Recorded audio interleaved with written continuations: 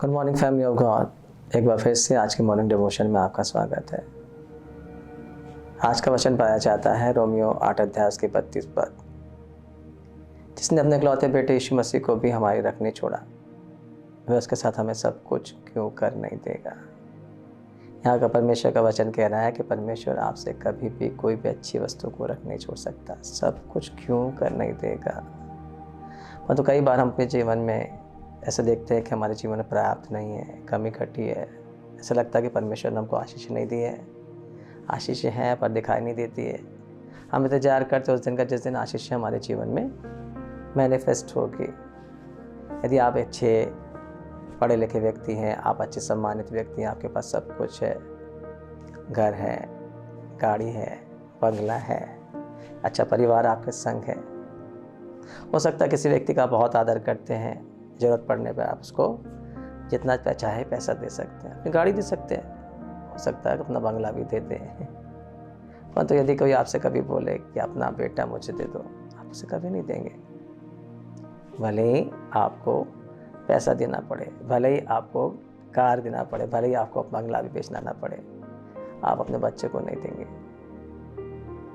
इसी कमजोरी का किडनैपर लोग लाभ उठाते हैं और किसी बड़े व्यक्ति के बच्चे को किडनैप कर लेते हैं और पैसे की मांग करते हैं। बाप क्योंकि बच्चे से प्यार करता है इसलिए कुछ भी नहीं रख छोड़ेगा।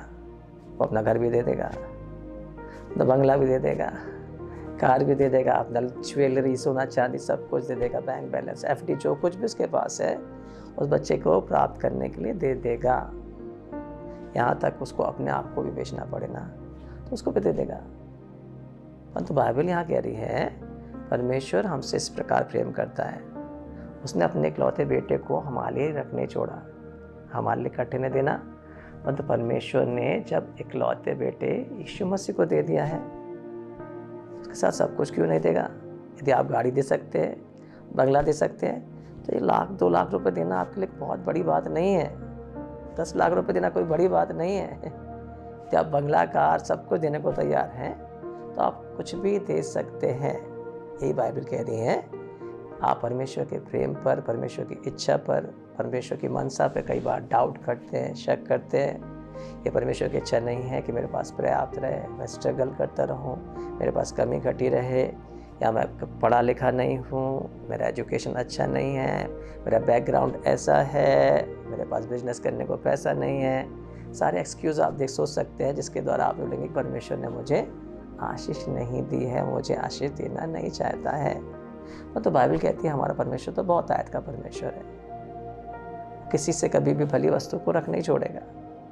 यीशु मसीह से लिया कि हम जीवन पाया, बहुत आयत का जीवन पाया। जब परमेश्वर ने आदम हवा को बनाया तो कमी घटी के रूप में नहीं बनाया था। अदन की वाटिका में आदम हवा 2 इंसानों के लिए इतना ज़्यादा था कि ना केवल वे, उनकी 1000 पीढ़ियाँ भी उसका लाभ उठा सकती थी, उन्हें कुछ करने की आवश्यकता नहीं थी। परमेश्वर इतना सब कुछ दिया। फिर पास्टर साहब मेरे जीवन में आशीष क्यों नहीं दिखाई दे रही है, क्या गलती है? क्या मैं स्वर्ग में जाऊंगा तब मुझे आशीष मिलेगी? मुझे तो अभी आशीष की आवश्यकता है। स्वर्ग में आपको पैसे की आवश्यकता नहीं है, क्योंकि स्वर्ग में सब कुछ बहुत आय से पहले से ही है। इस पृथ्वी के लिए प्रतिज्ञा है, इस पृथ्वी के लिए परमेश्वर ने प्रॉमिस दी है कि आप भले चंगे बहुत आय से रहे। यहाँ तक बाइबल की जबान से इकट्ठी हो जाती है आपके परमेश्वर के डरवैयों को, क्योंकि आपको किसी भली वस्तु की घटी नहीं होगी। ऐसी कुछ बातें हैं जिसके ज्ञान के न होने से हम आशीषों को चूक जाते हैं। सबसे पहले तो आपको पता होना चाहिए कि आपके पास क्या है। इफिसियों 1:3 में लिखा हुआ परमेश्वर ने स्वर्गीय स्थानों पे हमें सब प्रकार की आत्मिक आशीषें दे दी हैं। जो आपके आशीषें हैं वो आत्मिक रेलम में, स्पिरिचुअल रेलम में, फिजिकल रेलम में नहीं है। आपको उन्हें विश्वास के द्वारा फिजिकल रेलम में लाना है। यदि आपको विश्वास ही नहीं है कि मेरे अकाउंट में इतना पैसा है, यदि किसी ने आपके अकाउंट में 10 लाख रुपए डाल दिया है, आपको पता ही नहीं है, आप हमेशा कंगाली में रहेंगे, कमी में रहेंगे, जबकि आपके बैंक में 10 लाख रुपए पहले से किसी ने डाल दिया है। आपको पता होना चाहिए कि आपके पास क्या है और आपको उसको कैश कराना चाहिए। तो बहुत से मसीहों को, विश्वासियों को पता ही नहीं है कि स्पिरिचुअल रेलम में परमेश्वर ने पहले से उन्हें राजा बना दिया, संतान बना दिया, अधिकारी बना दिया, सब बातों को पहले से दे दिया है। यीशु मसीह इसलिए तो कंगाल बन गए कि उसके कंगाल हो जाने से हम धन्य हो बचाएं। फर्स्ट रीज़न जो हम यहाँ देखते हैं, ऐसे तो बहुत से कारण हैं, कुछ 2-3 कारणों को मैं आपको बताना चाहता हूँ। पहली बात है हमारी सोच, हम जैसा अपने आप को सोचते हैं। नीति वचन 23:7 में लिखा, जैसा एक व्यक्ति अपने बारे में सोचता है वैसा ही वह है भी। हमारी सोच, हम कैसे अपने आप को देख रहे हैं? क्या आप अपने आप को गरीब देखते हैं, या अपने आप को संपन्न देखते हैं, या अपने आप को स्ट्रगल करता हुआ देखते हैं, अपने आप को कमी घटी से भरा हुआ देखते हैं, अपने आप को शापित देखते हैं, या आप सोचते हैं मेरा नौकरी छोटा है, मेरा बिजनेस कम है, चल नहीं रहा है, कंपटीशन है। आपकी सोच ऐसी बन जाती है, आपकी मानसिकता ऐसी हो जाती है, और जब आप मानसिकता में रहते हैं, इसके गुलाम रहते हैं, आप आशीषों पर कब्जा नहीं कर सकते। जब इस्राएली लोग मिस्र की गुलामी से निकल तो आए थे, पर उनकी मानसिकता नहीं बदली थी। आज़ाद हो गए थे, समुद्र के बाहर भी आ गए, और अभी भी उनकी मानसिकता वही गुलाम वाली थी। परमेश्वर को उनकी मानसिकता को बदलना पड़ा। आपकी सोच आपकी आशीषों को कब्जा करने से रोकती है। जब आपकी सोच रहती, दूसरा कारण आपकी जुबान वैसे ही बोलती है। आपके मन में जो है, आपके विचारों में जो है, वही आपके मुंह से निकल रहा है। नीति वचन में लिखा है, मुंह के वश में क्या है, जीभ के वश में क्या है, जीवन और मृत्यु है। जैसा आप जीभ से बोएंगे वैसा ही काटेंगे। कितने बार आप नेगेटिव बातें बोलते रहते हैं, कर्ज की बातें बोलते रहते हैं, कमी की बातें बोलते रहते हैं, बैंक बैलेंस की बातें बोलते रहते हैं, सैलरी के बारे में बातें करते हैं, महंगाई के बारे में बातें करते हैं, मैं आशीषित नहीं हूँ, मैं कमी में हूँ, चिड़चिड़ाते रहते हैं, गुस्सा करते रहते। क्यों? आपके जुबान से जो निकल रहा है वही एटमॉस्फेयर को चेंज कर रहा है, आत्मिक रेलम से वही काम कर रहा है, शैतान को अवसर दे रहा है। यदि आपके पास विश्वास है, आपको पता है स्पिरिचुअल रेलम में, आत्मिक संसार में परमेश्वर ने आशीषें दे दी है, दे देगा नहीं।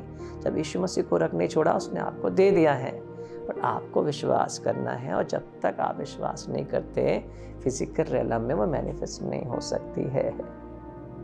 एक तीसरा कारण ये हो सकता है कि आप परमेश्वर की संगति से दूर चले जाए। कई बार हम धन के आकर्षण में, धन कमाने के इसमें लोभ में आकर, नाम कमाने के लिए उड़ाव पुत्र के समान संगति से दूर चले जाते हैं। हम चाहते हम और बढ़ना है और करना है। जो आशीष परमेश्वर ने दी उनको संभाल नहीं पाते हैं, उनको मिसयूज़ करते हैं। पहले से आशीषित थी, पर आपने उसका सही इस्तेमाल नहीं किया। कई लोग ऐसे हैं जिनको प्रभु ने आशीषित किया था, और उन्होंने उसका मिसयूज़ किया, उसको हैंडल नहीं किया, उसको उड़ा दिया गलत कामों में, गलत तरीके से।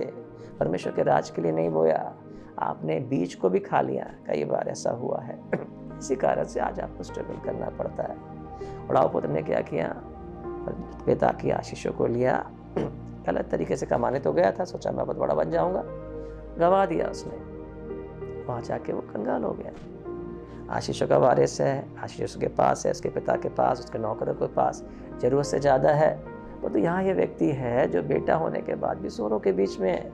उसके पिता की इच्छा थी नहीं, उसने अपनी गलतियों से, अपनी बेवकूफ़ियों से, मिसयूज़ करके, फेलोशिप को छोड़ करके, पैसे से प्यार करके शैतान को मौका दिया, जिसके कारण शैतान का काम है चोरी करना, घात करना, नाश करना। उसने सब कुछ लूट लिया। आपने कहानी भी सुनी होगी, जब एक व्यक्ति यरूशलेम से यरीहो में जा रहा था, रास्ते में डाकुओं ने पकड़ कर उसे लूट लिया। आपकी आशीषों को लूट लिया गया। कई बार ऐसा हुआ। क्यों? क्योंकि आप फेलोशिप से, परमेश्वर की संगति से दूर चले गए। आखिरी बात मैं आपको बताना चाहता हूँ, परमेश्वर आपको कभी भी पैसा ऐसा नहीं देता। परमेश्वर आपको कमाने की शक्ति और सामर्थ्य देता है, बुद्धि देता है, अवसर देता है। यदि आप उनका उपयोग नहीं करेंगे, उनको नहीं पहचानेंगे, आप आशीषित नहीं हो पाएंगे। आपको हमेशा धन्यवादी रहना चाहिए। जो भी आपके पास है उसमें धन्यवाद दें, और हमेशा आपके पास बोने के लिए चाहिए। यदि आप सही भूमि में बोएंगे, आप निश्चित रूप से काटेंगे। परमेश्वर का धन्यवाद हो। उड़ाव पुत्र वापस अपने आप ही में आया, जब पिता के पास वापस गया, पिता ने वापस उसको सारी चीज़ों को रिस्टोर कर दिया। आपका परमेश्वर रिस्टोरेशन करने वाला परमेश्वर है। याद रखिए, उसने यीशु मसीह को जो सबसे कीमती चीज़ थी आपको दे दिया है। उसके साथ साथ उसने धन संपन्नता, आनंद, चंगाई, भरपूरी, आशीषें, इब्राहिम की आशीषें आपको दे दी है। इसलिए तो यीशु मसीह श्रापित हुए कि इब्राहिम की आशीषें आपके जीवन में आए। आइए इस बात पर विश्वास करें और लगातार अपने जुब्बा को आशीषों को निकालते जाएं, धन्यवाद देते जाएं, आशीषों को बोलते जाएं, ताकि वो फिजिकल realm में मैनिफेस्ट होने पाए। परमेश्वर आपको आशीष दे।